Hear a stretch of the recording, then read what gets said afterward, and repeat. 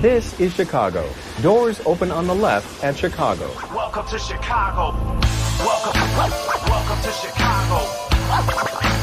Welcome to Chicago. This is Chicago. Doors open on the left at Chicago. Welcome to Chicago. Welcome to Chicago. Come from the 606 Media Studios. This is the TCSF podcast with Big Z, featuring the man, the myth, the legend. E-Rock is back in the house. What up, E?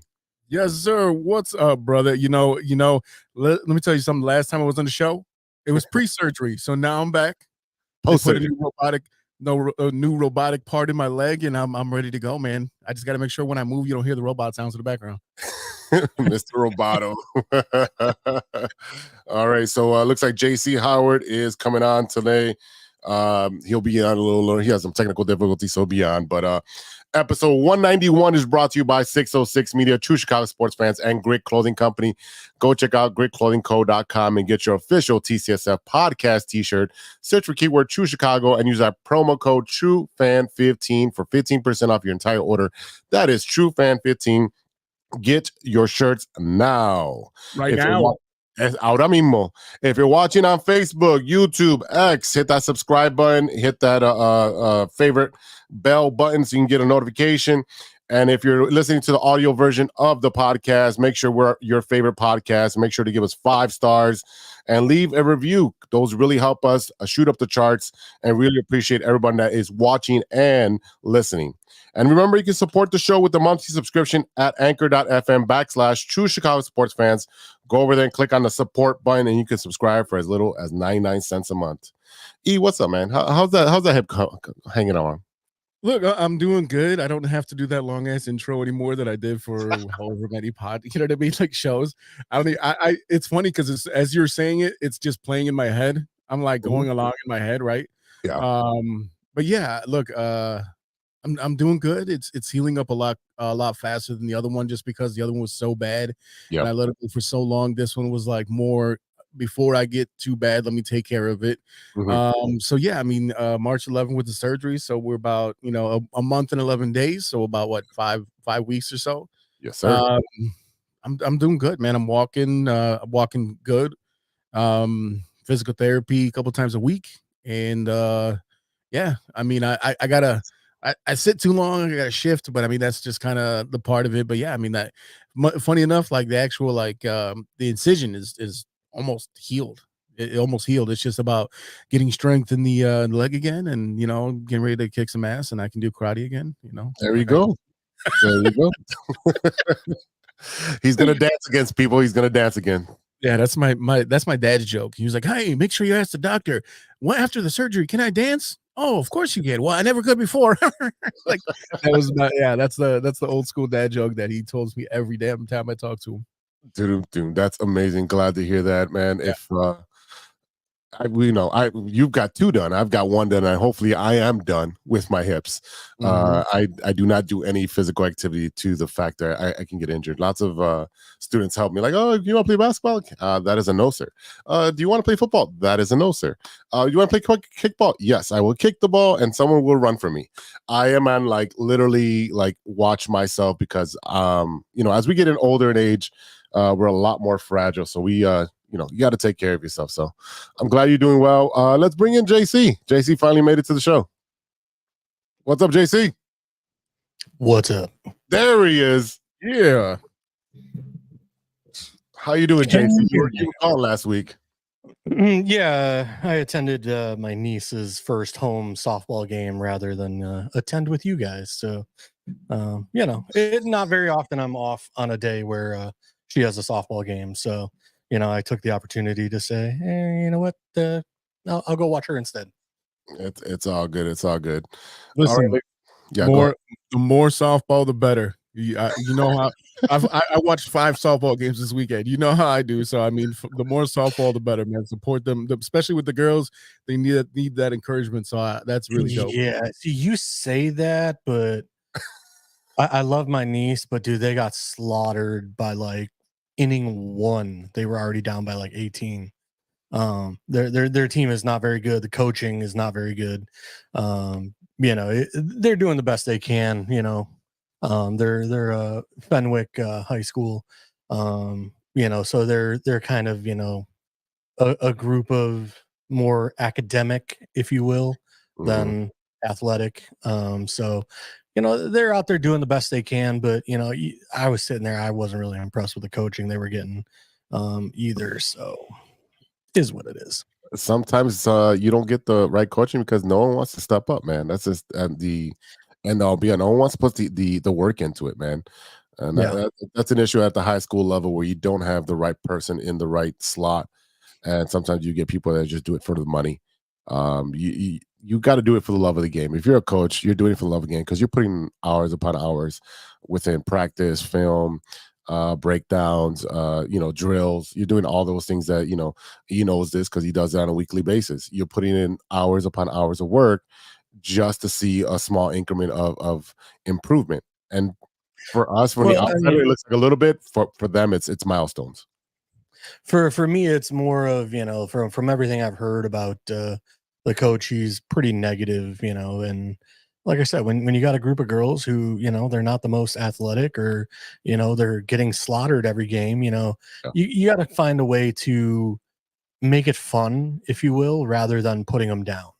So that's my only from what I've heard is little bit on the negative side. So again, but it also is difference of age and coaching. The coach is a little older, so when I grew up, coaches were tough on you. They expected a lot out of you. They weren't exactly nice to you when I played baseball and 6th through 8th grade, and then high school and whatever. Not all your coaches were the nicest people, but like I said, they're going out there. Like I said, I mean, it was first inning. They were down by like 18. I think they finally finished the game at like 5-18. They finally put like 5 runs on in the 3rd inning, but they also, I think, play a time limit as well. So that's kind of interesting as well. It's not easy. Coaching, it's not easy playing, especially if you're not a group of kids that have been playing since T-ball or 6U, AU, and you're playing because it's something athletic to do. It's something to be a part of a team. You know what I mean? Like it's not an easy thing to do. It's not easy to coach in this day and age because you have to figure out, how do I stay encouraging, especially when I know the team, the talent level, and the athleticism is not there. So, yeah, I mean, and when you got one of them old school coaches, it's even harder for them to adapt to that thing. But, at the end of it, as long as she's out there having fun, that's where it really comes down to. And those bonds are going to be lifetime bonds, So, I mean, that's really when it comes down to it, because ain't nobody getting a scholarship off of, that one game or a couple of games, unless you're on that track from the time that you're like, 12. Because my daughter in her 14U travel team, that's like they're already gunning for college, right? They're visiting colleges, they're reaching out to coaches so they get on the radar. They're already they get nationally ranked, and they go to all this stuff from then. Coaches can't talk to them until junior year, but they start already scouting out. They start following their favorite players. They make a Twitter profile if they have a great play in a game. They post it because we record all the games. It's hardcore, but my house league that we won a couple championships, them girls that don't even play together anymore, they still talk every day, and they hang out, and those are their like bonded friends because they spend so much time together. So anytime that they're able to get on the field, I mean, it's a good thing. It's a good thing. That's what I take out of it, and them seeing family members out there that support, that means the world. Yeah.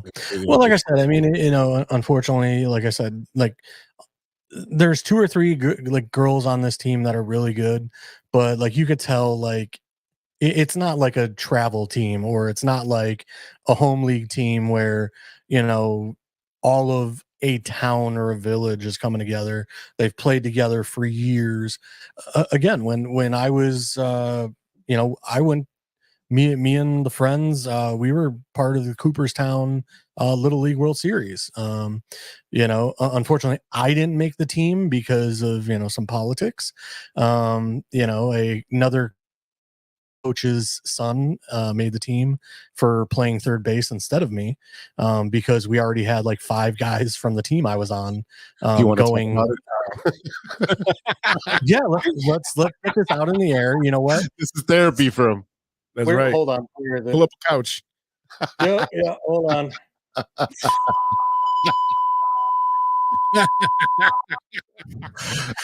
If everybody doesn't know, Jay-Z does have his own roadcaster now, and yeah, he's able to bleep himself out. Thank God. The square button.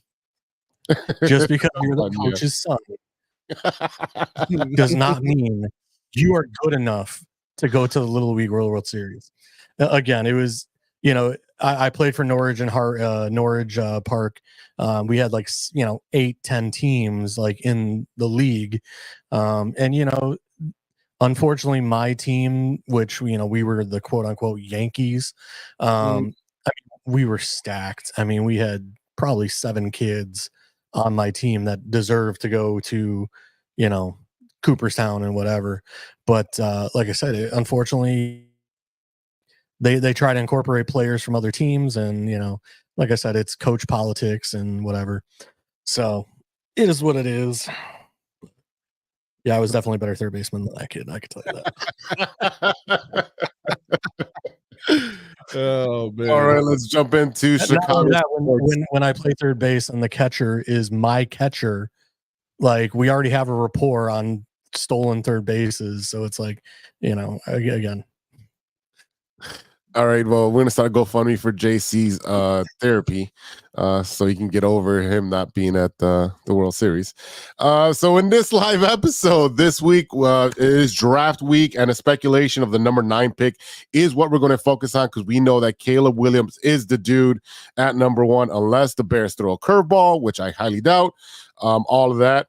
The Cubs split against the Fish this past weekend, which was kind of disappointing. We'll talk about that. The Sox on pace to win 24 games. Yeah. All right, enough of that. And the Bulls crapped down their leg against a Jimmyless Heat. Oh my God, what a disaster up there! And we have AK coming in and talking about he came out of his hibernation cave and to talk to the press. So let's start off with the Bulls, ladies and gentlemen.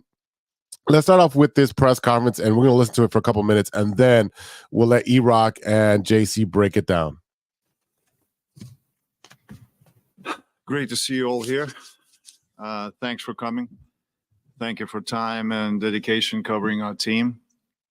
I appreciate that. It goes without saying, the conclusion of the season fell short of expectations, regardless of injury status. Any season where we don't end deep into the postseason requires close examination, which has already begun. I can talk about all of our players through a positive lens, but in totality, as a team, we didn't meet expectations. We aren't here for the play-in. It's a team game, and we have to make changes to fix things. I take full responsibility for where we are right now. I know our fans aren't satisfied with where we finished the season, and neither am I. I want to thank our fans for their tireless support and energy throughout the season. We have the best fans in NBA, and we're truly grateful for all of you. In this business, you win or you learn. So while I can be happy with some growth and learning this year, I won't be satisfied until we bring championship to the city of Chicago. That's what I was hired. That's where I'm here. And my mission remains unchanged. I like what Billy has done here for the past 4 years. Billy's someone that you build a program with. He's a very good coach and even a better human being. We established a winning expectation. We defined a profile for the Bulls player, and we put emphasis on player development. It is also on me to facilitate Billy with the resources he needs to build a team that can be successful consistently. The questions I can answer today are questions about the past season. I'm planning on sitting down with the staff for exit interviews. Then I will sit down with Billy, Mark, and our front office to figure out what's next, what worked, what didn't. All right, that's enough of this dude right now. E-Rock, go ahead. I have a question for you guys. Oh boy. what does Mark Eversley look like? Because when he was brought in and AK was brought in, they were supposed to be the anti-Garpax. They were supposed to be the constructors of this amazing team, this and that. And we haven't seen squat. I don't even know what this guy looks like. And he's supposed to be the GM, right? So Correct. the whole Garpax thing was supposed to be gone. We were supposed to actually see and hear from this general manager who we never see. And look, if we want to be fair to the situation, Zach Levine was out for the season. Lonzo Ball hasn't played since he was in UCLA, right? Like that's the last time he's played any basketball, right? Patrick Williams, who was their top draft pick a couple years ago, number 4 overall pick in the NBA draft, was out for the season. What that did is, and then I talked about this a ton in old shows, was that Kobe White and Zach Levine are the same player. And it allowed Kobe White to definitely, I mean, if he does not get the most improved player of the season award, I mean, that's a highway robbery. He played his ass off this year. He had 19.1 points, 5.1 assists, 4.5 rebounds, and he played 79 games. He had a total of 1,509 points this season. Kobe White was the MVP of this team, and you got and that's it, right? When Kobe White joined this team, I really didn't have high expectations for him because he reminded me of a guard version of Joe Kim Noah with the hair and flopping around and looking like, the silly. He talks kind of silly, but man, he played his ass off when he got the opportunity. And if you look up and down that roster, they should have traded Caruso when they had a chance to actually make some, because this is basketball hell. What is the point of making the play-in tournament and going out there and beating up on the Hawks, who are in the same position as the Bulls, and then for a second consecutive year going out there and playing against the Heat and just embarrassing yourself? This was a complete and total waste of time. You wasted Kobe White's breakout season, and I don't see the difference between this administration and this front office for the Chicago Bulls than Garpax. What's the difference? Can anyone explain it to me? At least then you saw Gar and Pax. I haven't seen Mark Eversley. I'm not sure he's not an AI because I haven't seen him in forever. When's the last time anyone's seen this guy in person? He's probably in a broom closet at the Berto Center because he's not over here at the Advocate Center. He's at the Berto Center. He's at the wrong location. And I'm going to tell you the difference. The difference is that this administration hasn't made a trade for a physical player in over 3 years. Nope. At least Garpax would make a trade for a supplemental player to supplement an injury. They would take a swing on a project. They would go out there and actually do stuff. They were actually present. You saw Garpax both almost on a daily basis in front of the media. This guy just came out of hibernation. I don't know from where. He barely has a Bulls sweater on during his press conference. And thanks to NBC Sports Chicago for providing that clip. I want to give them their credit. I don't know where this guy has been. And he's like, well, this isn't enough. How the Bulls fans have been telling you for 3 years, this isn't enough. Once Lonzo went down, they made no attempt to fix the problem.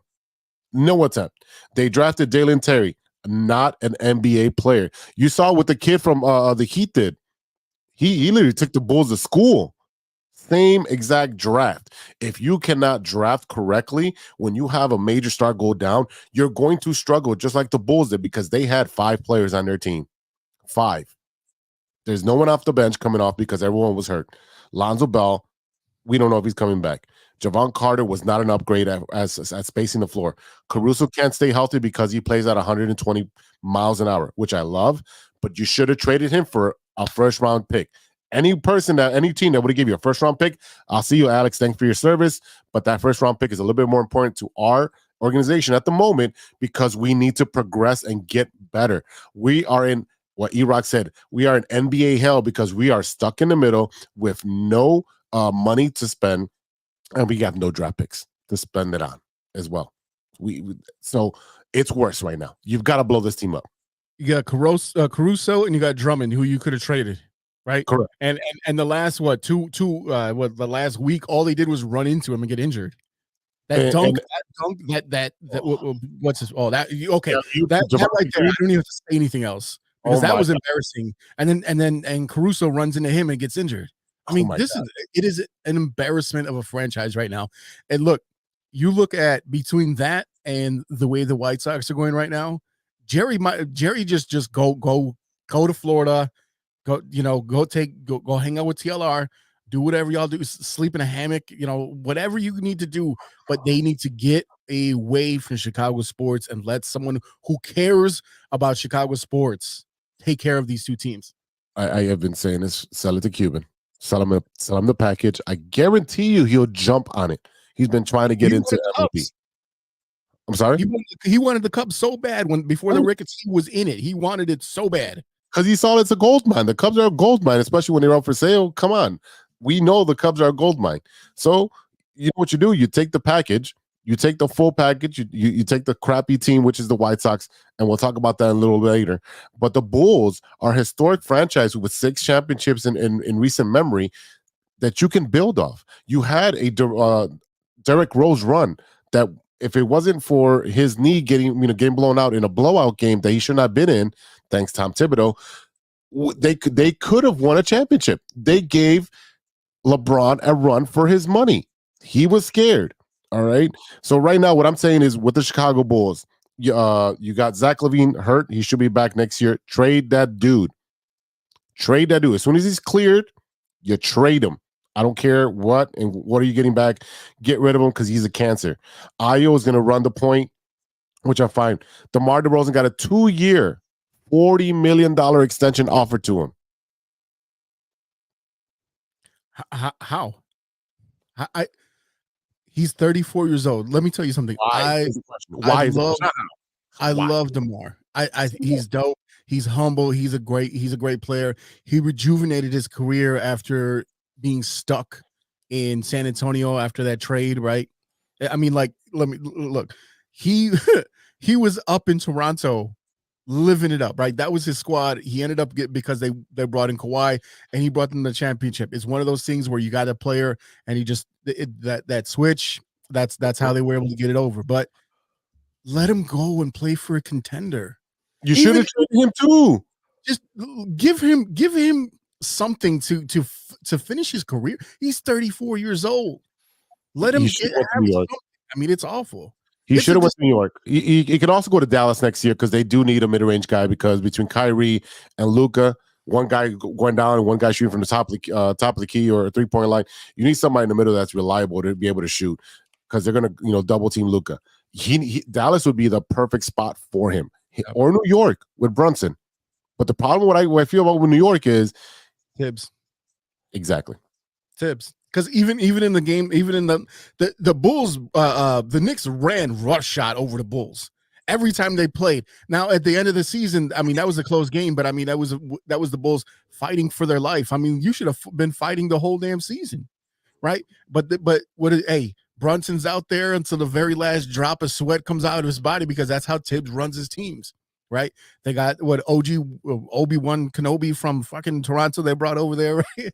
I don't even know how to say his name, but I mean they brought him in, and the Knicks are on fire right now. I mean that's a fun team to watch. But wait to see what happens next year when their knees are just because it ain't gonna be nice.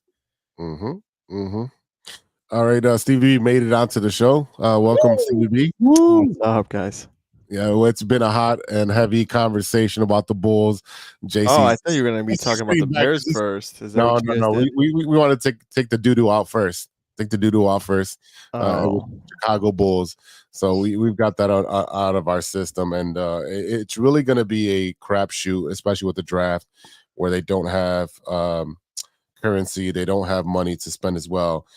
Drummond is going to be a restricted free agent. You got Lonzo Ball. We have no idea. We have Zach LaVine with no idea. P. Will is a free agent. There's a lot of turnover that's going to happen with this roster, and we know that Billy Donovan's got 2 more years with this team. Yeah, I mean they're going to get rid of all the big names as they should. Billy only performs well when he has young talent. No superstars. You can see that at OKC. And if you look at OKC now, first one in the seed, and they're a young squad too, right? Yeah, I think you So did it in a different manner that hasn't been done in the NBA, where they stuck for 3 to 4 years and accumulated 17 draft picks, number one draft picks. But they gave away. I mean, not gave away, but they traded Harden, uh, uh, Russell, and Harden, KD. So right? I mean, each one of them is a mega star. All right. Absolutely. Yeah. So I mean, the fact that you had all three and could have won a championship, obviously because they were young and didn't know how to do it, and they didn't have a supporting. Oh, they did. Yeah, it's Siakam on there too. Mhm. They had a stud ass team, but they were just young. I just really think that was a real young team. I'm gonna tell you one thing and you're talking about those players moving around. The Bulls are in an anomaly in this league because you look at KD and Chris Paul and even Kawhi and all these players who go down the list, James Harden. These guys have moved from team to team to team to team to team, and you couldn't somehow snag one of these guys. You get out, you hold on to Vucevic and Lonzo. You get Lonzo Ball, and they he's could have not. traded. They could have traded for the kid Sabonis that went and then from Indiana went to Sacramento. They could have traded Vooch for him straight up, and they did it. And It's that would just have been pretty cool. weird. That would have been great to see. Double machine. Yeah. Yep. Absolutely. It doesn't make sense in the NBA for the players that they have, and they just stay stagnant. And it is frustrating when like I said, with the all the movement of all these players, and the Bulls are not in it on any of them. It can't be a Jordan thing 26 years later, 27 years later. It can't. I'm sorry, it can't. No, there was rumors going around about getting Trey Lance, Paul George, and something Trey else Lance. to go after. Young sport. Not Trey Lance. Trey Young. Trey Young. There you go. I mean, we don't want Trey Lance either way. Yeah, and it's like you're getting all these characters at the end of their career or mid, almost to the end. I mean, it's Trey like Young, Trey Young is nowhere in the league. I mean, he's been in the league, and I wouldn't say he's like done, but again, Paul George, all these other veteran players, it's just like, why? No, to me, the bottom line is if you know that the coach has 2 years left. I mean, that's exactly why they're lining up with DeRozan with another 2-year contract. Mhm. Basically, it's like, we're going to give you 2 years. We're going to roll this out for 2 more years, and then we're going to blow it up, hopefully, when we have all of our draft picks back and start from scratch is basically what it sounds like to me. I've already read, they're planning on trading Zach LaVine in the off season, so basically what you're looking at is Lonzo Ball will be back with Kobe White. They're already offering DeRozan, so you figure DeRozan's going to be in there, and then Vooch, so that's going to be your 4 with a 5th guy in there, whoever that may be. IO. And like I said, they're going to roll it back out there and sell tickets. That's it. You're guaranteeing that I'm not going to watch any Bulls basketball next year. I mean, we can the definition of insanity is expecting different results out of the same shit over and over and over and over. You know what I mean? Like, it's like you go to White Castle and get surprised you get the shits. Like, what the hell's going on here? Like I said, they're just going to put Lonzo out there, and like I said, they're going to put the exact same team back out there without Pat Williams, without whoever. I think Drummond's a free agent, isn't he? Yep.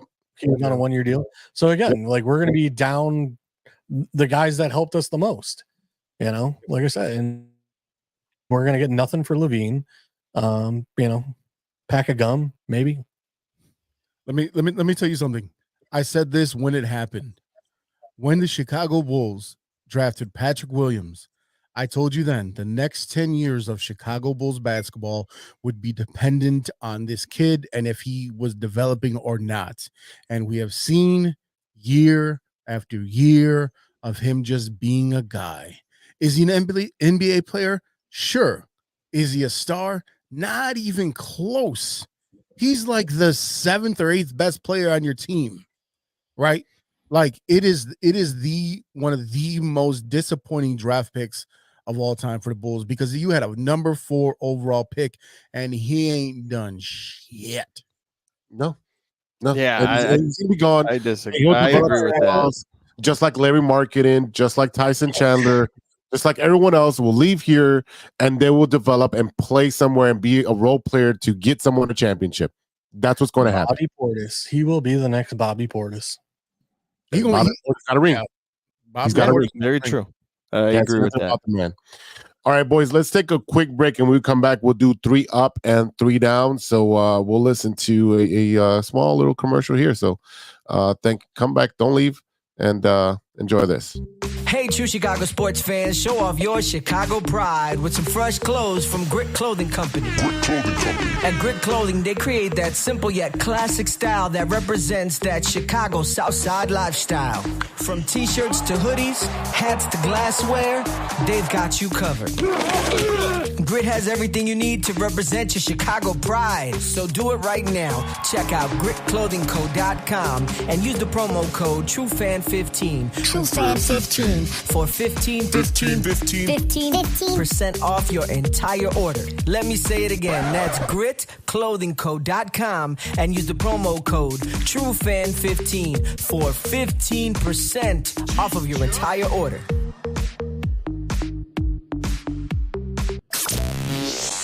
Hey guys, it's Steven. And this is Sean, and you are listening to True Chicago Sports Fans. Don't forget to listen to Nowhere on the Weekend. New episodes on Monday. You can find us anywhere you listen to podcasts. Yeah, so we're going to go do a couple of shots. So let's kick it back over to Big Z.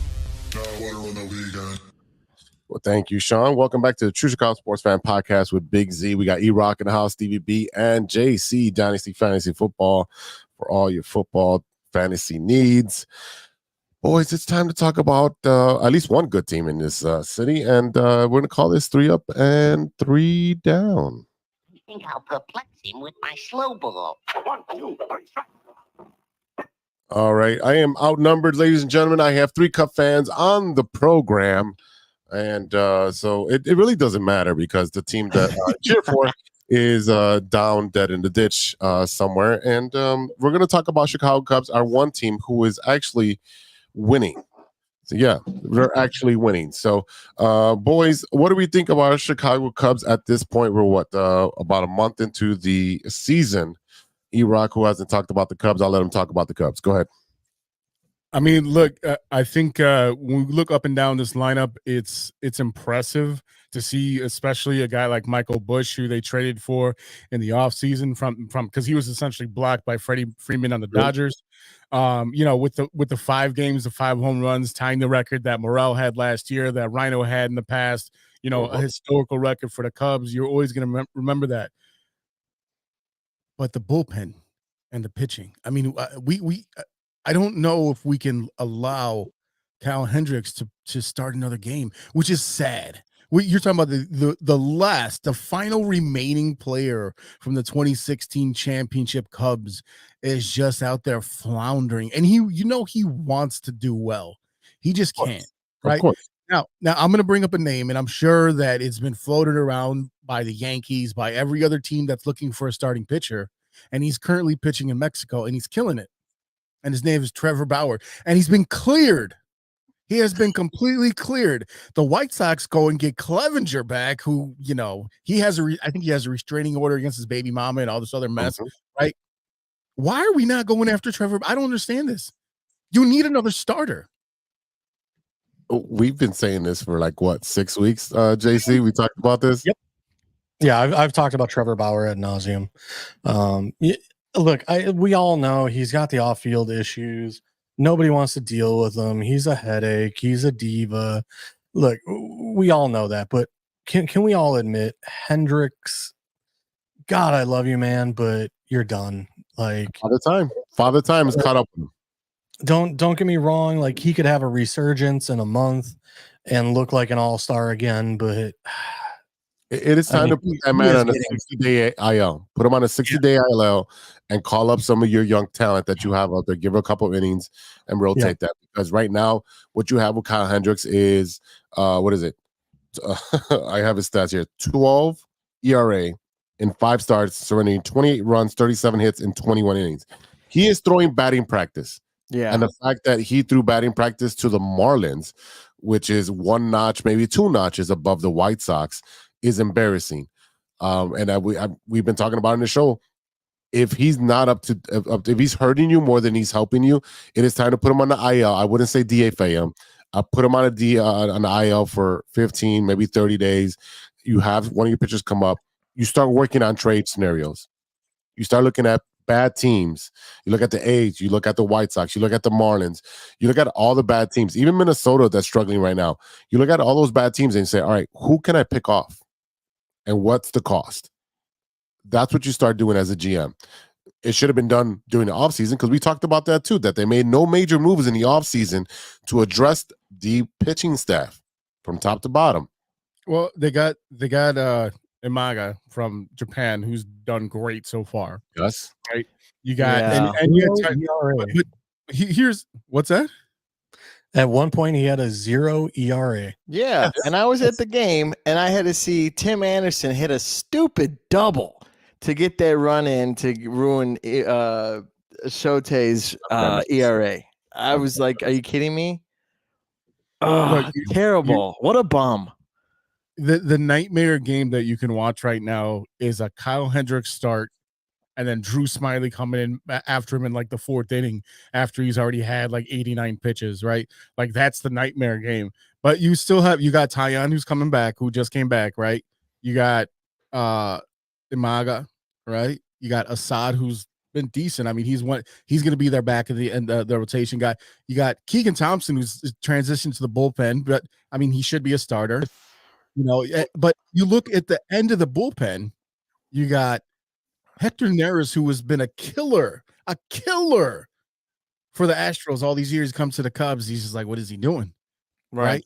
Mm-hmm. And where's their closer? Because Adzaleh is not a closer. I think he's basically the Cubs refuse to figure out that closer position, and they've been doing it, trying to piece it together with like whatever random closer or decent player from another team since 2016. They've been doing that over and over and over and over, and it's just like, come on. And what's crazy is the closer that we have.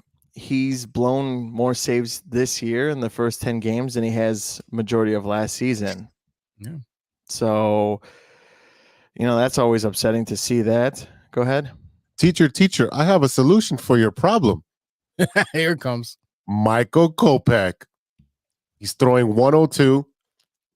He's healthy physically. I don't know about mental.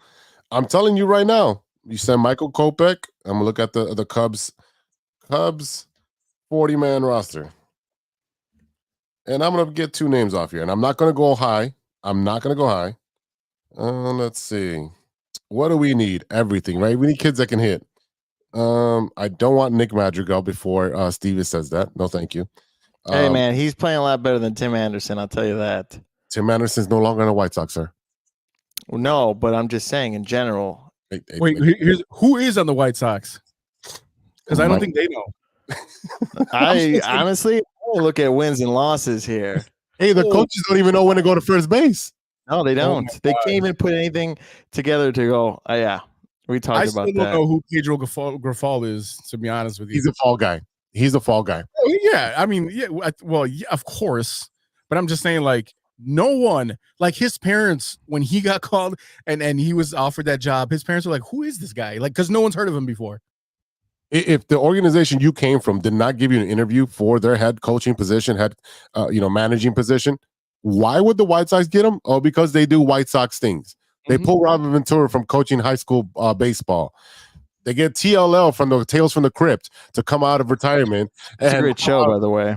And come out and just stand there, just dead, like Weekend at Bernie's, just like, And you know what? It's White Sox business. That's what they do. They do the dumbest things ever. And you can't blame Pedro. He's not out there hitting or catching or fielding. He's not doing those things for them. But what I showed you guys on the group chat, when you put up there, all right, so there was a thing on the White Sox clubhouse and had their schedule. When to work out, when to stretch this and that. Yeah, I saw that. Okay. 8 out of the 10 things were optional. And I talked to my coworker who was a minor league baseball player for the Pirates. And he said, yeah, it's a grind of a season. So sometimes, they will say that's optional. And I said, Coach, if my team has 2 wins at this point, nothing is optional. We're going to hit off the tee. We're going to learn how to run off the first. We're going to learn how to stand on first. We're going to learn how to break up a double play. We're going to learn how to slide. We're going to do rudimentary things because this team only has 3 wins at the moment. So nothing is optional. And he's like, well, what would Ozzy do? Ozzy would have a heart attack, an aneurysm, because he don't know how to do with this inept team. Anyways, I just wanted to get to the guys, trade proposal.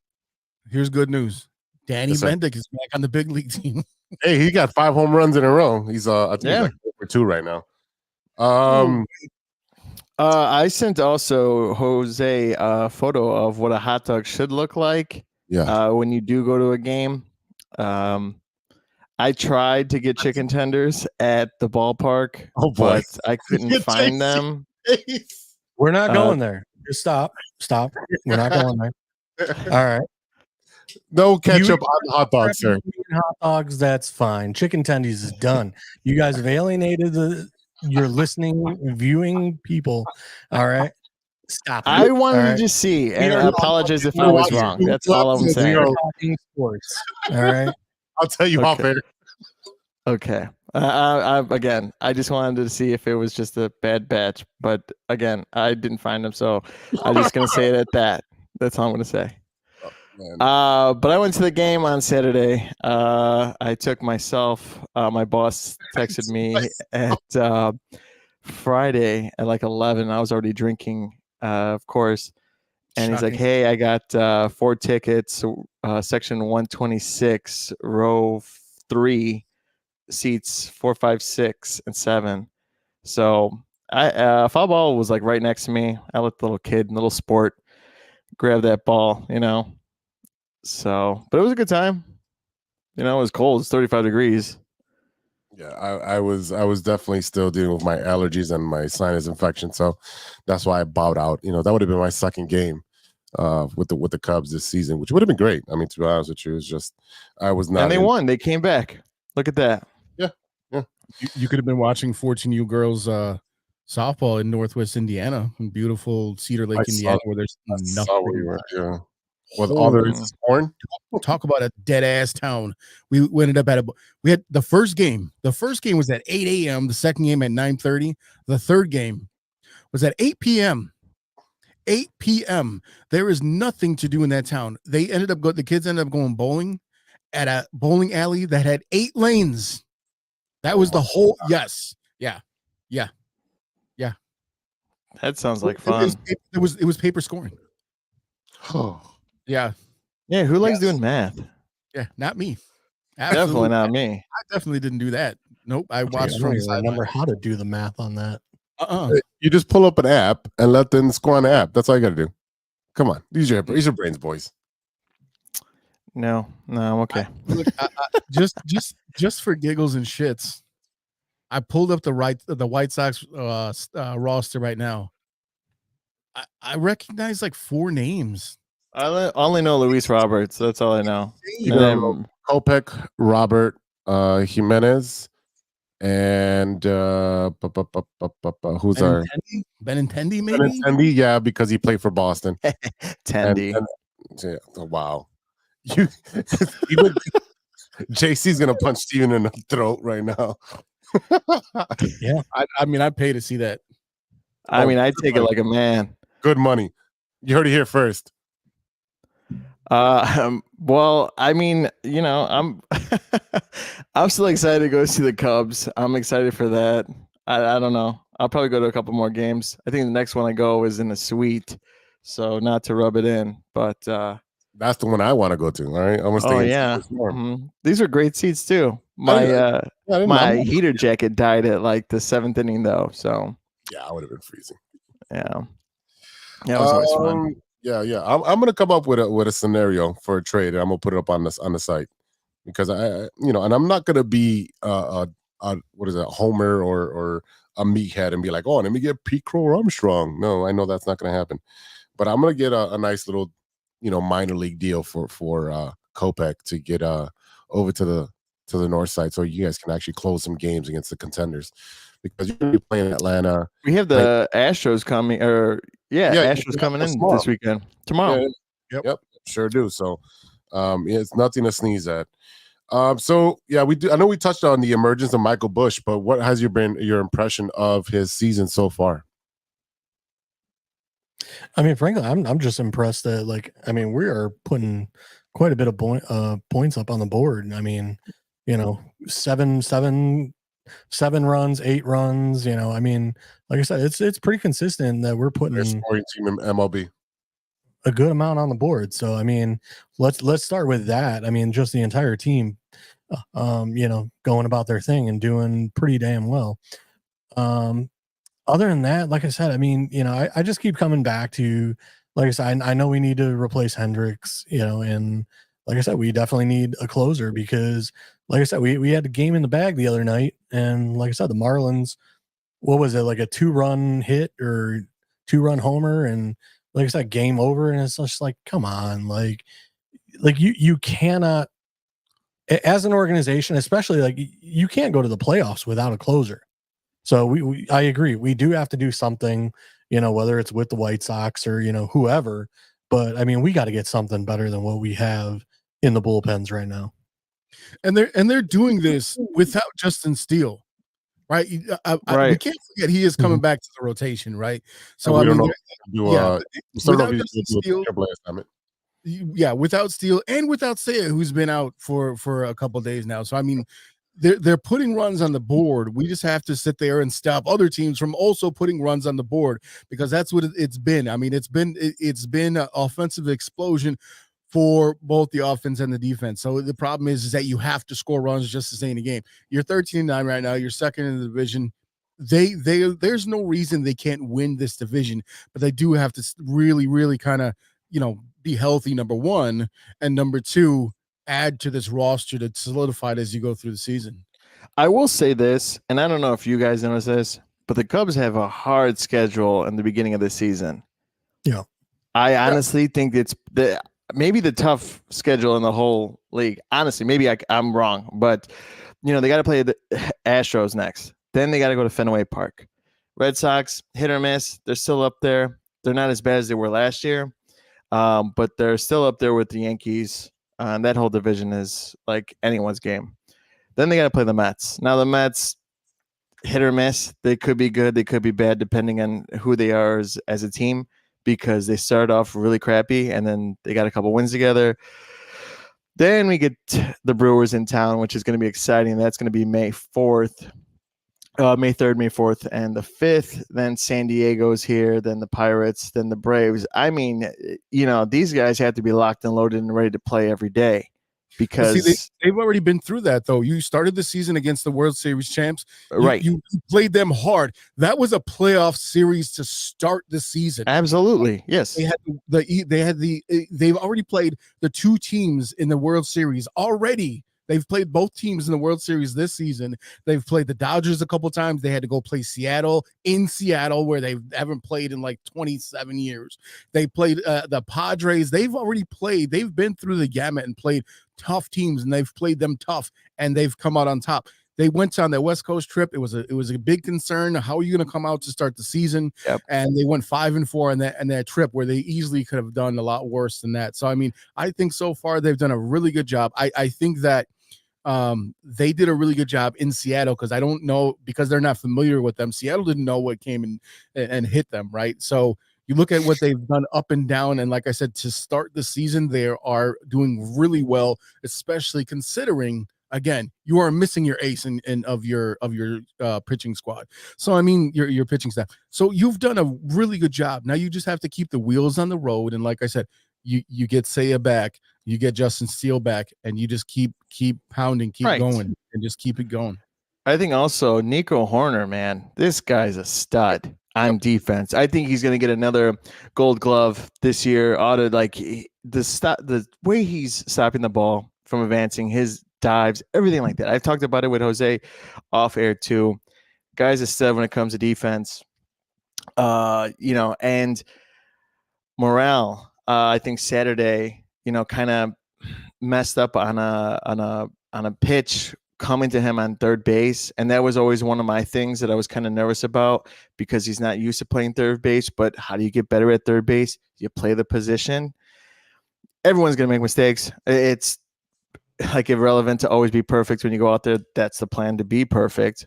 But hey, he was playing third. Accidents happen. Someone got on first base. And then that kind of led the whole thing of Shote to get that hit. But I mean, at the same time, it's like everyone's trying to figure it out, but they're doing a great job. The coaches are guiding them really well. I think if you want to talk about off-field things, like the coaches, pitching coaches, every one of them is a great coach in teaching them and managing them. And look at the rookies. They're being developed. And I think that's something that you don't see in any other team here in the city so far. Development. And I think that's a great thing. Like Michael Busch is doing really well. They got a great hitting coach, right? They know how to study the player. They have analytics. They have data. Sure. But I just think it's a moving forward with this team. And I get nervous because that's me, a Cubs fan, because I think, always that these other teams are going to beat us. But I shouldn't be scared anymore. I shouldn't be afraid. No. I'm okay. The Cubs are not the team that's getting bullied on. They are one of the bullies now. Yeah. And I agree with Eroc's assessment. They did the West Coast loop, and then they had the West Coast loop on the come into town as well. So if you look at how they played those West Coast team, which is the cream of the cream, right? The cream that the top of the cream that rises over there, right? The Dodgers are 13-11. They're almost 500. The Padres are 500. The Diamondbacks are 1 game under 500. The Giants are 3 games under 500. Well, the Rockies are the Rockies. Right. So the Cubs played them their hardest schedule at the beginning of the season, and didn't falter. They either split or won the series. So I think it was a win for the Cubs to come out of that, and say, you know what, we beat them, we split with them, we hung with them. It's the beginning of the season. We're not even warmed up yet. Once we get on the run, look out for the Cubs. You know, I told everybody the Pirates are a flash in the pan. They always start off hot and then they just simmer down. Burnt to a crisp. Yeah, right. The Cubs are playing like a professional team. And what I mean by that is lunch pail, hard work, nose to the grindstone. You don't have flashy guys. I mean, if you want to call Christopher Morel flashy, fine, with the kitty cat, the the eye black. But I mean, you look up and down. Yan Gomes, veteran, right? And then you got Amaya. So you got a great mentor for Miguel Amaya. Michael Busch, workman, just comes out there. He was blocked, like I said, by Freeman. Comes over there. You don't see him making silly mistakes. Nico Horner, homegrown guy, right? Just out there playing his ass off on defense. He's, we got to see him heat up on offense a little bit. Right. Dansby Swanson, another guy at work. He needs to pick up the offense as well. But you brought back Cody, right? He's got they're chanting his name in the freezing cold, and he's sitting there. He's like, all right. Yeah, I was doing that too. You want a homer? You get a homer. Yeah, and I saw one. It was like it was a home run to get the first score on the board. So first run on the board. This is a professional baseball team. I would say organization as well, to throw that in what you're saying too. You just, again, you need those little pieces, solidify your bullpen like you did when you brought in what was the I forget his name, Andrew, whatever, with the mustache, the guy that everyone loved. Jeffine? Yes. Jeffine. Yeah, I like that guy. That guy was cool. Why? I think he's playing in like Detroit now or somewhere sad. Yeah. Hey, he played for the White Sox, so it could be worse for him. Yeah, that's true. All right, so I mean, I think that covers everything I wanted to talk about with the Cubs. I love that Michael Busch has had the resurgence. I love that we understand that where the Cubs are right now, they're going to be a contender. They're a couple pieces away. They need a couple bullpen arms. They might need a starter, depending on what they're going to do with Hendricks. But overall, I think the Cubs are in good shape. Do I think they could have added more in the offseason? Of course. But what I think is that they didn't want to get into that luxury tax tier 2, which would put them over.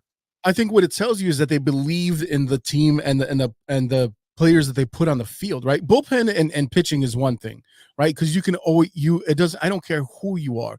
you can always add pitching because you're going to have some guys that are up, down years, whatever it is. But they were very pleased with, again, the acquisition of Michael Busch. You got, look up and down.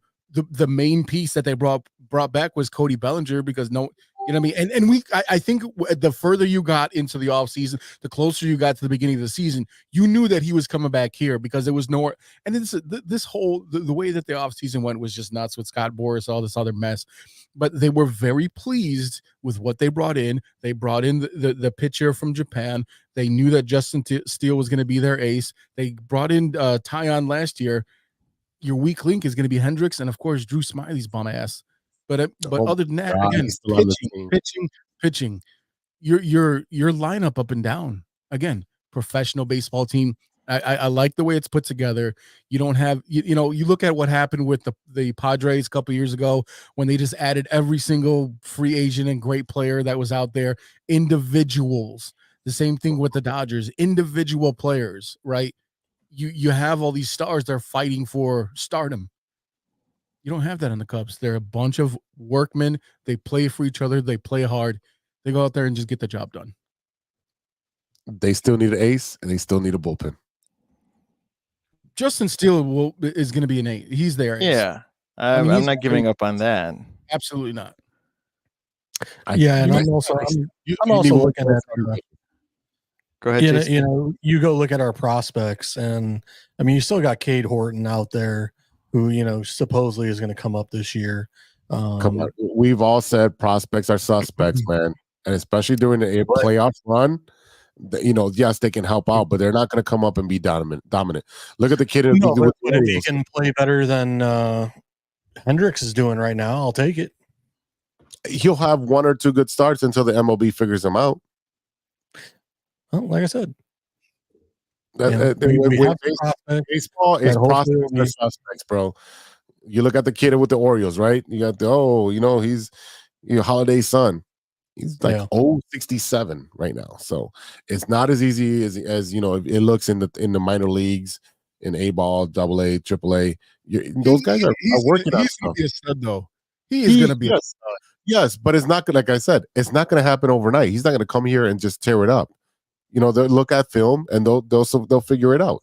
And especially with pitching, they figure out your tendencies. They figure out what percentage of what pitch you pitch all the time, and they pick up on that. So it takes a while, especially for pitching. Yes, if you pull, if Cade Horton comes up, he'll have a good start, and then they have film on them, and they'll make the adjustments.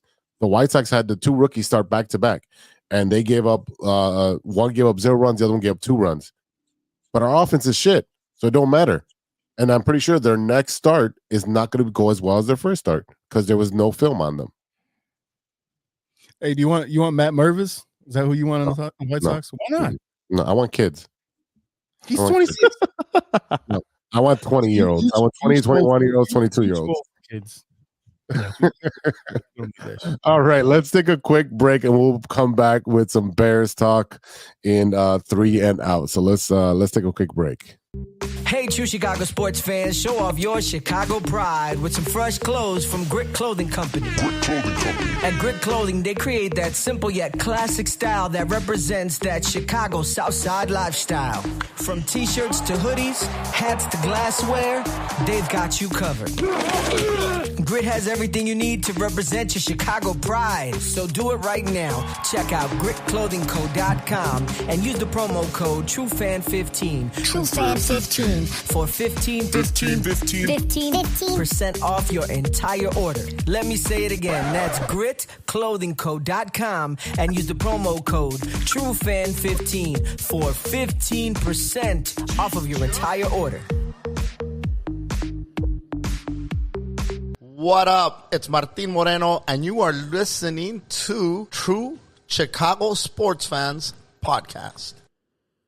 Welcome back to the True Chicago Sports Fan Podcast with Big Z. In the house, we got E-Rock, Stevie B, and JC Dynasty Football. And if you don't know what time it is time for 3 and Out.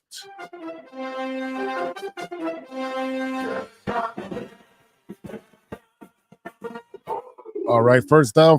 Bears' number 1 pick should be Caleb Williams. Do we all agree on this at this point? I said it when I was on here a month ago before my surgery. There's no way in hell that they're not picking Caleb. That's been a foregone conclusion.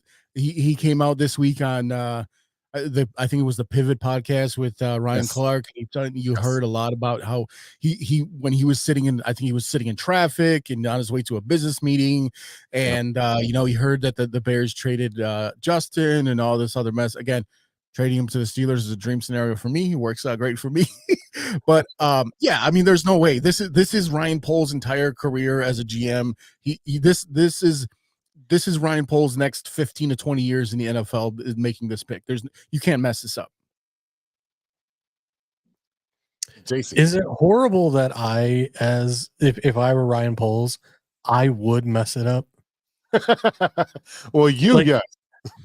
Like, would it be horrible for me to be like, hey, Washington, you still offering that number 2 and the next 2 firsts? And because it's like, dude, I'll walk away with Jaden Daniels.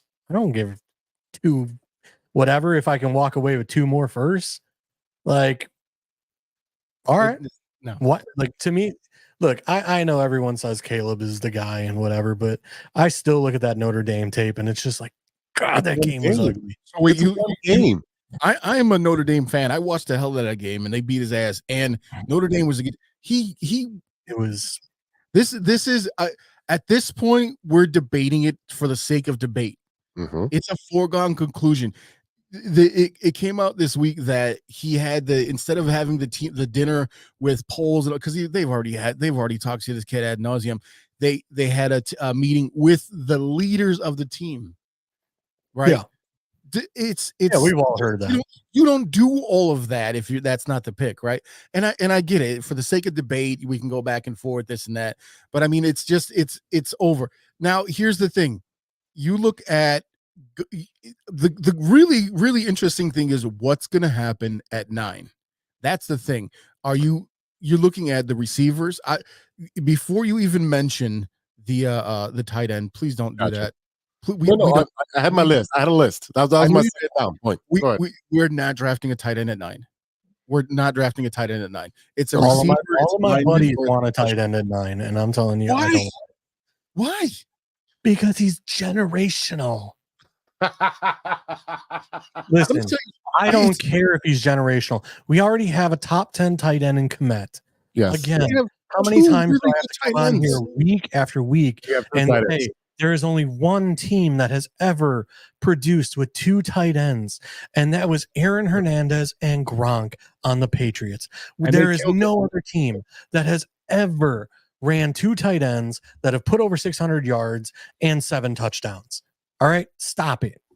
And even I after understand, that, you already have 2 maybe tight he ends. is generational, but let him be generational with freaking Aaron Rodgers with the Jets. Okay, like, can we stop it? There are other positions that the Bears need of way more importance than a tight end.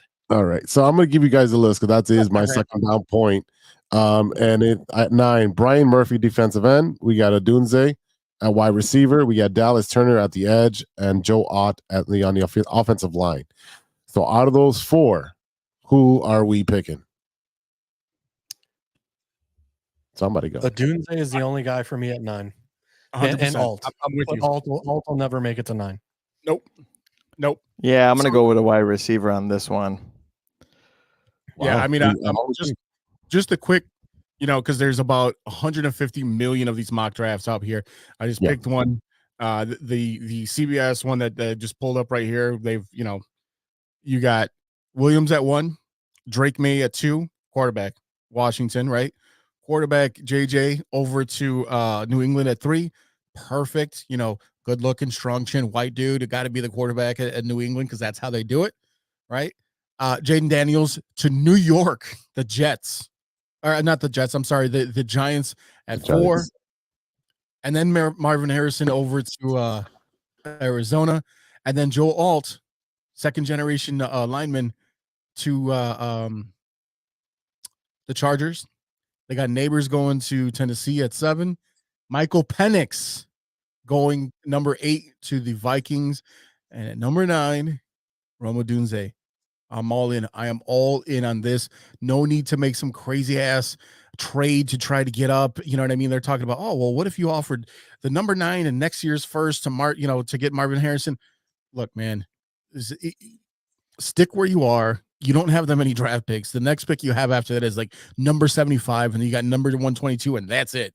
Right. So unless every single guy that you want is absolutely gone, you take Odunze there.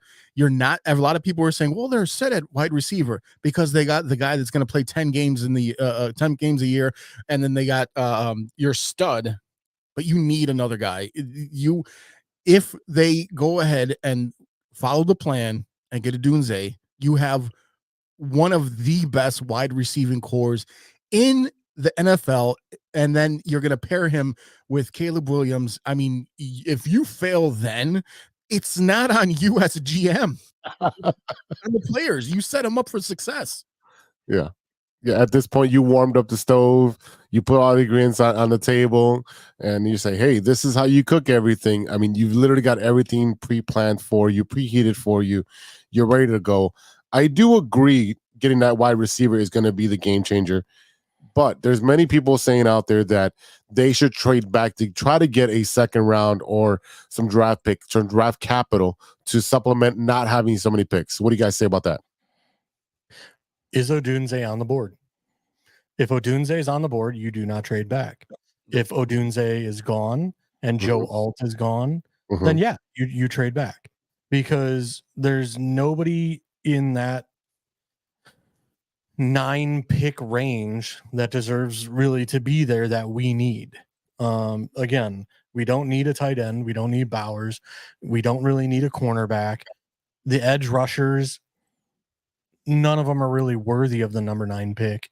So to me, if I can trade back from 9, if Odunze and Joe Alt are not there, then yeah, I would trade back, and then I would look at Brian Murphy and or Jerzon Newton or Jared Verse. Those would be my 3 guys if we trade back into the 12 to 15 range that I would be fine with. What about Neighbors? Because if Odunze's gone, Neighbors, you have to move on. I have a feeling Neighbors is a move up, because I know you kind of went through your little mock draft or whatever you said, but to me, like, I look at the Giants, they need wide receiver. The Titans could use a wide receiver. The Chargers definitely need a wide receiver. So you got 3 teams sitting right there in front of you, and not only that, Arizona needs wide receiver. So there's 4 teams. Yeah, that's what I'm saying is that if you look, and again, just based on this random mock, you got Daniels out there, you got Marvin Harrison. You know what I mean? If Neighbors is picked, that means that Joe Alt is probably going to be there, right? That's where, when you break it down, Odunze, Neighbors, one of those guys is going to be there at 9. They have to be. You know what I mean? Like, you can kind of project the rest of the draft. There's that, and then there's also Fashanu, who's another left tackle. So there is possibility that Giants and Titans and Chargers, one of those 3 teams or 2 of those 3 teams do take a left tackle in Alt and Fashanu. There's also a left tackle, Fuaga. So like I said, I mean, there's plenty of tackles, but like I said, I mean, when you look at the defensive side of the board in this draft, there's really nobody in the top 10. Like you hear the rumor that Atlanta at 8 potentially for Turner, but again, even he, like, if you go look at big boards and some of this stuff from like Daniel Jeremiah and all this other stuff, like, he's really not listed as like a top 10 prospect. So again, to me, it's just one of those where the 2 guys, to me, it's Alt and Odunze. If Neighbors is there at 9, I will draft Neighbors happily. I feel he's a different wide receiver than what we're really looking for. I think we're looking more for that big body outside guy in Odunze. But like I said, I've watched tape on Neighbors. his hands are phenomenal. I mean, everything he catches is with his hands. Nothing gets close to his body. You know, and he is one of those guys. He's like a Zay Jones. You get the ball in his hands and he can take it 75 yards. He just has a different gear once the ball is in his hands that he can just break away and take it to the house. So to me, that's where, like I said, I feel like Odunze or Neighbors will be gone. But like I said, I mean, it's all in what these teams like, because like I said, I can see Odunze going first and then Neighbors falling. You know what I mean? So it's all in, again, what we, you know, how these teams see these prospects. But I just think with so many teams needing quarterbacks, right? I think you're just gonna have a super all the quarterbacks that are worth anything are going to be gone in those first few picks, and because of that, the Bears benefit because of that, because all these other teams need quarterbacks as well. Washington, New England, the Vikings after they didn't bring back Kurt. You know what I mean? Like there's that need that's there, and when you can fill it with Jaden Daniels and Drake May and JJ, like it's just there. I mean, the Bears are set up for such a sweet ass draft this year. It's going to be a lot of fun. Well, like I said, it's also, you know, are those teams quarterbacks available? You know, like I said, you know, I'm hearing rumblings that, you know, the Giants really like one guy. Will it fall to them? You know, are the Vikings going to try and trade up in front of the Giants? So then they would be looking to trade into either 4 or 5, which, you know, are the Chargers willing to give up the chance at, you know, Joe Alt? I don't think so. You know, like I said, they also have Fashanu there. They could still get a left tackle, you know, if they move back a little bit.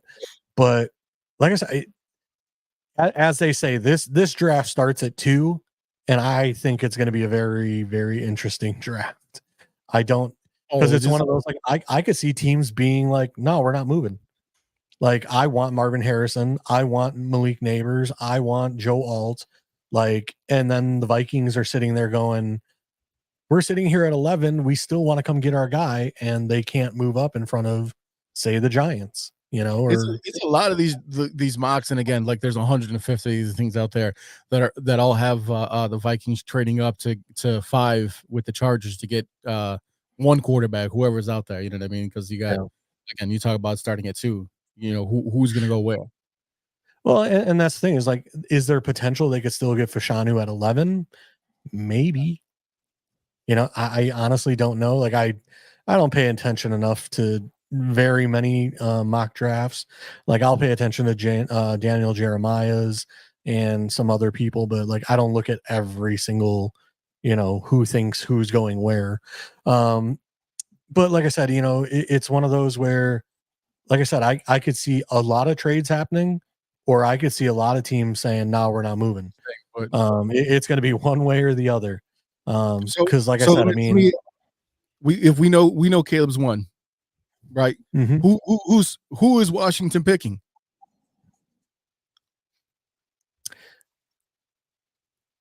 I think it'll be Daniels. Yeah, I agree with that one too.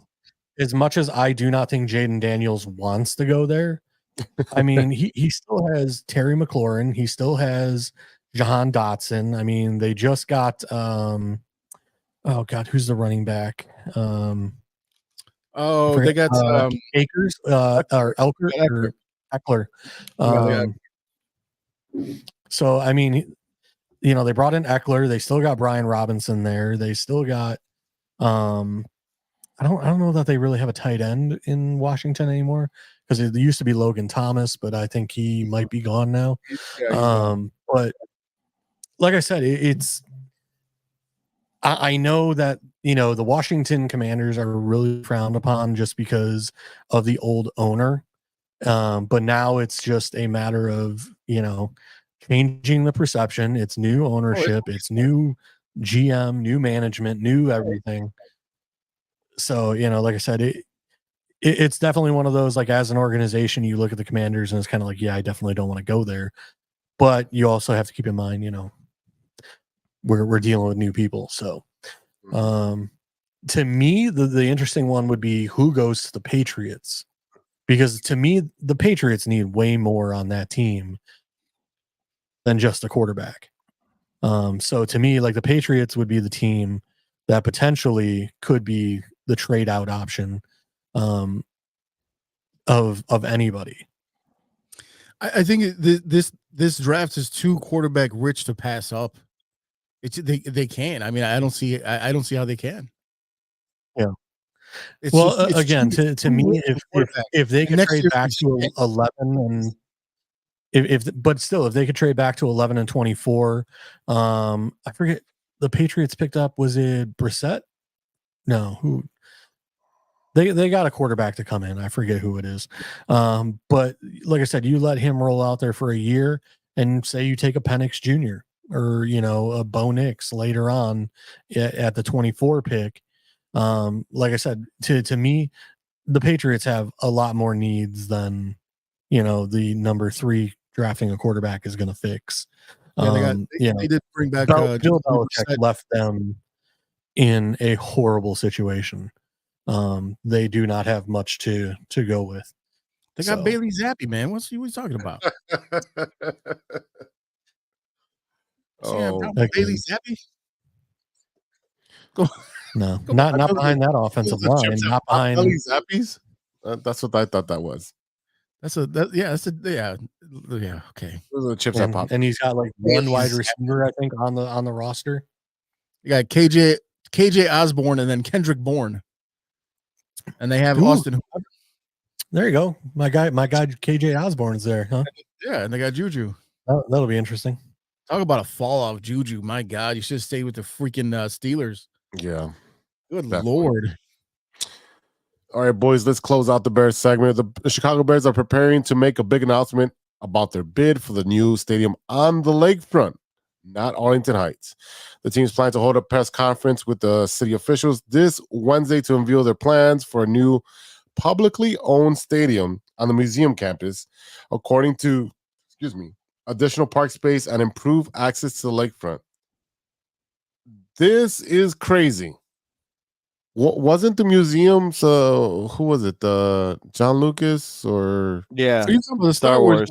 Yeah, he wanted to put the Star Wars museum up there next to McCormick, and Friends of the Park, right? Those that organization said nope. So, do we think this is going to happen with the lakefront stadium, or are we still going to Arlington Heights? Aren't the Bears already occupying a stadium owned by the Chicago Park District? They don't got no friends over there. They don't got no friends. What the hell, man? Look, I think overall, I trust Kevin Warren. And should I? I mean, I don't see why I shouldn't. Right. I mean, he did a really, really good job with what they had going on in Minnesota. I trust him. I trust him. Publicly funded is the big thing there. You know what I mean? Like how bad. And I think that's the pushback you're getting from Arlington Heights, because you want your tax break and all that, and they're like, nah, we're good. Bring back the horses. Yeah, I totally agree with that. I think if you don't see the mayor there, I think it's an idea of what it's gonna look like in their plan if they do decide to be on the lakefront. Also, I think it's kind of like a poker face. Like, hey, we have other plans. Arlington Heights, sorry, but not sorry. If we can't get a tax break, I guess. I think they're going to stay downtown. That's just my thing. Or wait it out. And again, they could have a new stadium by 2030. Who knows? Mm-hmm. Because it's taken so long to figure out what you're going to do. It's like you're trying to choose who to take to the dance. Like I said, there is always going to be a last second deal here. In my opinion, to me, yeah, the lakefront is great, but like I said, this whole Friends of the Park or whatever the heck they're called, like I said, I think they're going to stir up a hornet's nest. It is going to cause major issues, and all the while, the Bears are playing Arlington Heights perfectly into this. Listen, like, help us out here. We're going to bring in massive amount of money, like. Get your stuff together. I know the school districts want their cut, but guess what? You're going to have to deal with it, Give them their cut. Look, let me tell you something. Those school districts and those in that area already are very well off. Okay. So, second of all, they're going to get their cut regardless. They're just being greedy. The amount of revenue and tax revenue that's going to come in through there is going to be ridiculous because it's a year-round income that's going to be coming in through there. Concerts, food, WrestleManias, NCAA tournaments, bowl tournaments downtown too. I mean, they can do all that downtown. I mean, it's going to be condo complexes, high rises. I mean, you're going to be putting in doctors' offices and all kinds of stuff. I mean, the sports book alone, hotel, restaurants, sports book, year-round facility. Now, if you look historically at any football stadium, I don't care where it is, I don't care how nice the weather is, it is the worst investment a town can, just because of the amount of real estate you're taking up and the amount of time it's actually going to get used. It's not really that much, but I mean, when it comes to you're going to get people that live in the area that don't want it, but you're going to have more people that live in the area that are going to want to go there when you come from out of town. Maybe you don't want to go. You don't like the big city of Chicago, blah, blah, blah, blah, blah. You want to hang out in Arlington Heights. Fine. Because you got all of everything that you can put is to be all inclusive there. Now, the Bears are set up in a perfect position right now to negotiate with Brandon Johnson. Because every time I see Brandon Johnson on TV, he looks like he is so surprised that he actually won the election. He's got oh shit, it's me. Okay, Lori Lightfoot. Oh, you call my name? Yeah. Lori Lightfoot wasn't standing for that shit. She's like, no, get your ass inside. Some people still got COVID. Brandon Johnson's like, oh shit, okay. All right. Anyone seen my notebook? Like, he just looks surprised all the time to be wherever he is. And with all the stuff that's going on with the fallen police officer from this week, the police shooting, all the stuff, he's got his hands so full, he's not focusing on that. So he's got someone else. And I'm willing to bet that whatever someone slaps on his desk, he's like, yeah, okay, fine. Get him whatever. I got way more important shit to worry about than what the Bears are doing. So I think as far as like the Bears are set up and Kevin Warren set up, you're in a perfect position to kind of just bowl him over, to be honest with you. I can't disagree with that just because I don't think he's a smart man. I don't want to get political on this show. That's all I'll say about that. All right, boys, let's take a quick break. We'll come back with what you're watching, and we'll be right back, all right? Hey, true Chicago sports fans, show off your Chicago pride with some fresh clothes from Grit Clothing Company. At Grit Clothing, they create that simple yet classic style that represents that Chicago Southside lifestyle. From t-shirts to hoodies, hats to glassware, they've got you covered. Grit has everything you need to represent your Chicago pride. So do it right now. Check out gritclothingco.com and use the promo code TrueFan15. TrueFan15. For 15% off your entire order. Let me say it again. That's gritclothingco.com and use the promo code TrueFan15 for 15% off of your entire order.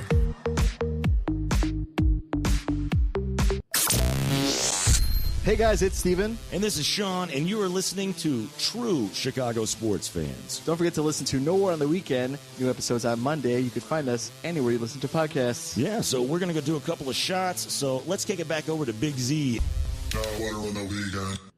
Welcome back to the True Chicago Sports Fan Podcast with Big Z in the house. We got E-Rock, Stevie B, and JC Dynasty Fantasy Football. Yes, and this week, we are going to talk about what are we watching to close out the show. And E-Rock, what you watching, bro? What you watching? What you looking at? Yeah, old school. Dude, so as you know, all I do is watch softball and sports, but my dumb shows that I watch are back. Just today, Upshaw's, I think, season 4 or 5, the Mike Epps show. Terrible show. It's so corny, where he owns an auto body shop. Wanda Sykes is in it. Tootie from Facts of Life is on it. So I mean, started watching that today. And The Circle, that stupid ass reality TV show on Netflix, came back. It's we talked about this when it first came out. It's basically a bunch of people living individually in apartments in the same apartment building, but they can only communicate through their own internal social media thing. Some people are catfish, some people are this. The really cool thing that they did this year is one of the characters is an AI, and they don't know any information except for what's shared in their little social media thing. So, and then they just let them all know one of you is AI. So watching them all like accuse each other, all the humans accuse each other for as being AI, stupid as hell. I can't stop watching this dumbass show. I am not a reality TV show person whatsoever, but it's so dumb, and I can't get enough of it. Click on the image that has the bicycles on it. Oh God! And the other thing that came back that was really entertaining on Apple TV, it's called Loot. It has Maya Rudolph as the main character, got divorced, got billions and billions of dollars, and most of the show is just her trying to figure out how to deal with all that money and how to spend it wisely and compassionately towards people that don't have money. It's almost anything you watch on Apple TV is going to be an amazing show. So it's ridiculous how many good shows they have on there. Plus, like every damn show they have has some SNL alum on there. And of course, I've been watching SNL every week. JC, anything you got there? Yeah, Fallout, which is nice. I was going to talk about that, but go ahead. Yeah, no, like I said, Fallout. I don't want to say too much about it, but first couple episodes, you're getting into it. To me, sometimes like if they don't get to like a storyline quick enough, like I can lose interest. So like by episode 3, like I was starting to lose interest because I'm like, all right, who are these people? Like, what's the story here? Like, who is this character? Like, how do they all, come together? So like I said, to me, like TV shows that kind of play that game where they don't want to give you like the storyline quick enough can, like I said, it can lose my attention a little bit. But in the end, definitely, like I said, it came along. I thought by the last couple episodes, I was hooked. But that's just my thoughts. I'll let Steven talk about it a little more here in a second. And then I watched the second part of what the heck was that movie? Rebel Moon, I think it was. Mm-hmm. Nice. I watched the second part of that. And then one of my go-to shows, which I rewatch. I rewatch Scrubs like once a year. I rewatch another show called Psych like once a year. So those are my two like I'll binge watch like the whole series once a year, just because I love those shows, and I love like kind of slapstick comedies. So like I said, Scrubs is one for me that I have one of those active imaginations that when I'm doing something, I'll be thinking about I'll be off daydreaming about doing something else. So like I really kind of connect with the character JD a lot from Scrubs. Where I got something for you real quick. Yeah, go ahead. JC is about Scrubs, as a matter of fact. So Donald Faison, I forget where, I think it was Jimmy Fallon or something like that. And he talked about when he first started working with Zach Braff and they had an apartment together. And he goes, we've been best friends and we didn't even know yet. And I realized we were best friends when we were in our apartment standing around in our underwear playing ping pong. We're like, oh shit, you're my best friend. So they're like real life best friends, and now they got the T-Mobile commercials or whatever it is now. So yeah, it's they're but they have a podcast too, which I think is, I think it might be called Best Friends or something. Yeah, something like that. Yeah, but like, and again, like they go through like all the episodes of Scrubs and they talk about it. But I mean, like such a great cast. I mean, one of the greatest characters to me is Dr. Cox. From Scrubs. And then recently they did another show called Ground Floor, which was on I think it was TNT or TBS. It had like 2 seasons, but it was the same character, like Dr. Cox, but he was playing like a big time money manager. And I mean, just absolutely hysterical. So if you've never seen that show, I don't know if it's on Hulu or Netflix or whatever, Ground Floor, check it out. Because if you like Dr. Cox, you will love his character in Ground Floor. He just plays one of those. Loves Cox, so I mean, he's gonna love it. Well, like I said, he even pokes fun of his former characters from Scrubs. Where like I said, he's like a money manager and he's like, I don't get sick gets me. Or like, I forget the exact line, but it's one of those where like he's like, I can't get sick, and he's like, he's on one of those stand-up desks, and then like his assistant comes in and like lowers the desk, and like as it lowers, like he starts falling asleep, and he's sitting there like, you son of a, because like he didn't want to stop working. Talking about Dr. Cox, and it reminds me of is how he obviously he's always talking down to people, but there's one quote or one line that I remember from that show that I'm really, really upset that we never cut for this show, especially when Steve was on. Stevie, I'm talking to you. The one where he goes, wrong, wrong, wrong, wrong, wrong, wrong, wrong, wrong. You're wrong. And I was like, man, that would have been the perfect clip for every time Steven was on the show. But technically, I was never wrong. So, you're wrong about that. So, I mean, you're if you were technically never wrong, this is the first time. Perfect for the situation. No, my odds, the way it balances, man. I got more wins than losses. Still got losses. Well, I don't have that many losses like the White Sox. I'll tell you that. But yeah, okay. So Fallout, JC, to answer your question, you kind of have to play the game. I think that's how the show's running. I was the same way. They didn't want to over-explain it because then it's like people who play the game. It's like, what's the point?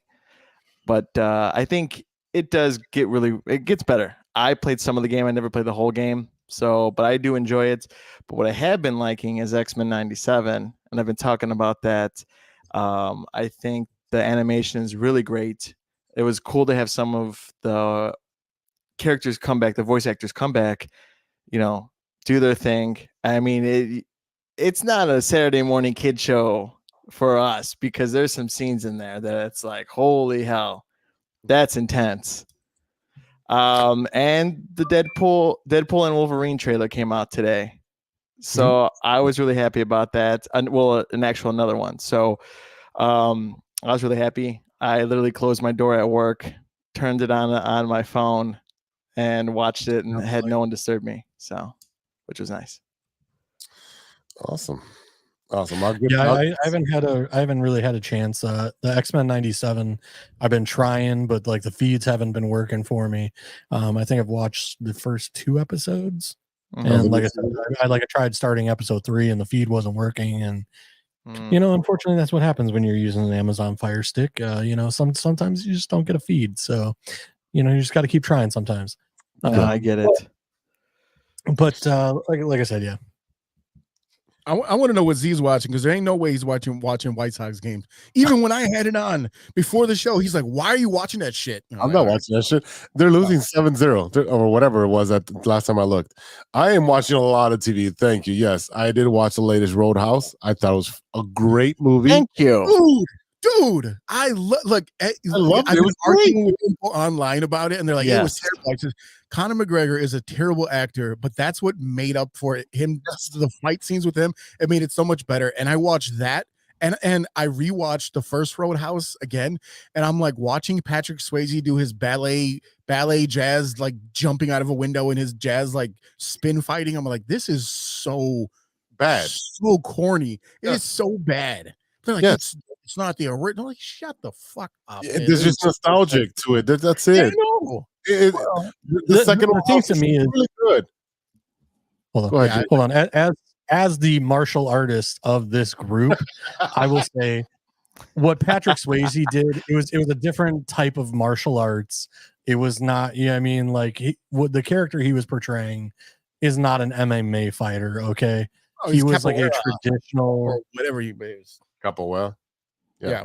Well, actually, there is a great capoeira movie out there involving a teacher teaching underprivileged kids capoeira. I forget the name of the movie. I'll have to look that up.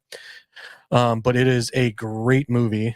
Actually, it might be with the guy from the John Wick movies, who also did like the Top Chef, whatever. If you've ever seen the thing online where it's like they're doing a cooking competition and he's like, and the special ingredient is beer. Oh yeah. You're talking about the Iron Chef guy. Yeah, Iron Chef. There we go. I believe it may not have been him, but there is a capoeira movie. Sorry, I have my laptop in front of me and I am trying to look it up. Only the Strong. Mm-hmm. Yeah, and it is the guy from Iron Chef. Yep. Interesting. This is an ingredient like that shit. The special ingredient is beer. Yeah, like octopus. But yeah, no, I think I was the first one to mention Roadhouse here, and I said like I don't think it could have been an in theater movie. I don't know that the quality or the anticipation to go to a theater to see that would have been there, but yeah, for streaming, it was awesome. It was awesome. It was perfect. I know you guys said you didn't really like I did acting, but I thought it was hilarious that he was just playing like a complete psycho. Just keeps I think that's who he is in reality, honestly. He's like, "Oh, what's up, fuckers? Look at me. I'm Conor McGregor." Like, we know who you are. You're just playing yourself, right? Like that's what I'm saying. Yeah. But to me, it's just like you're just like, okay, we're done with Conor, and then all of a sudden, like it cuts to him like wrecking a car and like getting out, and then being like, "I'm here to fight again," and it's like, I thought we were done with you. It's like a bad video game. It really is. I know tomorrow you get thrown from a boat like 50 feet and like, you should not be walking right now. Hey, but, yeah. I know tomorrow, me and Sean are going to see Late Night with the Devil. It's a TV host that has this girl on the show, and she's actually possessed, and they have a studio live audience, and it's just like weird paranormal stuff, so I'm out. Yeah, it's only for the brave, for sure. Yeah, you go with that. I sleep well at night after I come home. Yeah. Okay.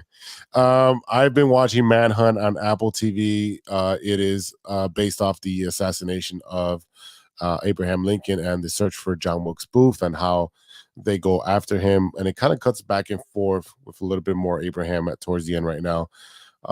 It's really interesting just because I'm a history buff. I really enjoy those things. Definitely a good show to watch. The other one was Masters of the Air. Phenomenal. I believe it's Steven Spielberg produced and all that. Phenomenal movie. A series. I think it's like 8 or 10 episodes. World War II is just about the air fighting and so forth, and they talk about different eras and different battalions that went up there, the Red Tails and everyone else. It's really a good show. Was able to watch that, and then yesterday I did watch Dune, the original, the latest, the first one, not the second one that came out, because everyone's like, "You gotta watch Dune. You gotta watch Dune." I'm like, "Well, I'm not watching White Sox." I watched Dune. I thought it was decent. I'm glad it ended where it did, because it was like, this movie's getting a little long and it's a little slow. So I'm excited to see part 2, which I believe is out now. And then you could get it on Amazon and rent it. You don't have to leave your couch for that. I'm not gonna leave my couch for that. No. So I'm gonna watch part 2.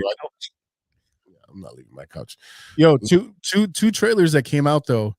One is Fly Me to the Moon. Have you seen the trailer for that? So Fly Me to the Moon is a story. It has I think Channing Tatum and oh yes, okay. Oh yeah, I know what you're talking about. And the Scarlett fake... Johansson. And so they're setting up for the moon landing but then also just to be sure, they're setting up a fake moon landing in case the real moon landing doesn't actually happen. Oh, Yeah, so that looked funny and kind of interesting. The other movie, and I know a lot of people don't like this guy, but M. Night Shyamalan Ding Dong is coming out with a brand new movie, and it's called Trap. Yeah. And this one right here, this one is cool because it's essentially about like a serial killer At a Taylor Swift concert. and at a Taylor Swift type of artist or singer or whatever. But it turns, so this is starring a guy that you have not seen in the last 20 years, Josh Hartnett. He is the yeah. And now here's the thing. It's a twist. He's the serial killer. They mention it in the trailer. And now you're watching him try to figure out how to get out of this. With his daughter. Not knowing. His daughter at this big show. And I mean, it's literally like a trap. Like it's completely, the place is completely surrounded by cops and all this stuff. A lot of people don't like him. I like his movie just because like I like that kind of kick in the ass at the end. Some people are like, it was stupid. And I'm like, look, man, sometimes trees try to kill you. That's all I got to say. Yeah, just bringing up Josh Hartnett, one of my favorite movies, Lucky Number 11. That's a good movie. Wicker Park. I mean, Wicker Park. Come on, bro. What's up? That's why I mentioned it. What's up? What's up? Wicker Park. All right, boys. I think we're good right now. An hour 40. I think it might be time to head out, and hopefully we can do this on Thursday. Everybody available on Thursday? What's the draft? Yeah. What do you mean? What's Thursday? I unfortunately will not be available. I'll be at work. Boo! Call off. I thought you were having a draft party somewhere, Jose. Listen, man, if I could afford to call off, I would have called off on Saturday and attended a Cubs game. But like I said, I've unfortunately, like, I made it all the way through COVID without catching anything, and then like this year I've had the flu, COVID, bronchitis. So I've been getting my butt kicked by everything this year, sickness and illness wise. So unfortunately, my sick time is not very good right now for work. I used up mine in 2 weeks while I was recovering from the hip replacement. But you know what's crazy? My parents are in their mid and late 80s, and all this time they avoided COVID. Got it like 2 weeks ago. Got it 2 weeks ago. Yeah, they were fine because they're so. I haven't heard about anyone having it recently. Oh yeah, well yeah. Now you gotta be worried about bird flu. To be fair, yeah, I did hear that. But to be fair, they do live in Florida, so I mean that shit is in the water. Oh. You know what I mean? They avoided it. I mean, like I kid you not, they were still wearing like masks and gloves to Walmart because that's the only place they go. But yeah, man, they caught it and they gave them like this big cocktail of drugs of like horse pills that my dad had to take. But they've had like 83 booster shots, and they, you know what I mean? So they were like, I didn't really feel anything. They were just that we had a positive test. So I mean, I guess it's not a big deal anymore. I don't know, man. Guess it's not a big deal anymore. All right. All right. A big thank to E-Rock for joining the show. Stevie B and JC Dynasty Fantasy Football will be back with a Bears draft party show. Look out for that. A big thank you to our sponsor, 606 Media, True Chicago Sports Fans, and Grit Clothing Company. Don't forget to go over to gritclothingco.com and get your official TCSF podcast t-shirt. Search for keyword True Chicago and use our promo code TrueFan15 for 15% off your entire order. That is TrueFan15. Get your shirts now. Stevie B, plug your show. Yeah, Sean's been going through some stuff. So we filmed an episode yesterday, so we'll see when he posts that. So check out No One on the Weekend. Maybe you'll hear it on the weekend. Okay, so I gotta call Sean. I don't know. I gotta call Sean. Y'all gotta be on a consistent schedule. I'm telling you. He needs a kick in the ass. Then I'll definitely give him a call. Does. All right. Yeah, check us out. I guess we're inconsistent but consistent on recording. So, oh man. Oh boy, Steve, don't make me go over there and kick your ass. All right. I want off of work, so please do it. I know it's a couple days late, but happy 420 to those who participate. And if you do, you just realize it's only 2 days later anyway. So happy 420. National Surprise Drug Test Day. Yeah, 421. Hey, it's also Hitler's birthday, which is the fucked up part of that. Yeah, that was a good way to end it, right? Yep. I don't know who wants to know that, but All okay. right. Everybody, go check out the new show on the 606 media platform. It's called Impossible with Big Z, where we interview people from all types of walks of life, and we get very impossicated with each other. So check that out on YouTube. Shout out to Ronesh Panic Series Beats and custom made for the beats we played on today's audio version of the show. Check out paniconthebeat.com for your own merchant gear. Check us out on social media at TCSF Pod on Twitter and on TikTok. You'll find us on Facebook, IG, Spotify, and reach out to us on our email. We want to hear from you for stirring the pot or show recommendations. Hit us up at truechicagosportsfans@gmail.com. All right, for the boys, JC Dynasty's Fantasy Football, Stevie B, E-Rock, I am Big Z, and we'll see you next time for episode 192. And until then, be good to each other for the love of sports. Swish.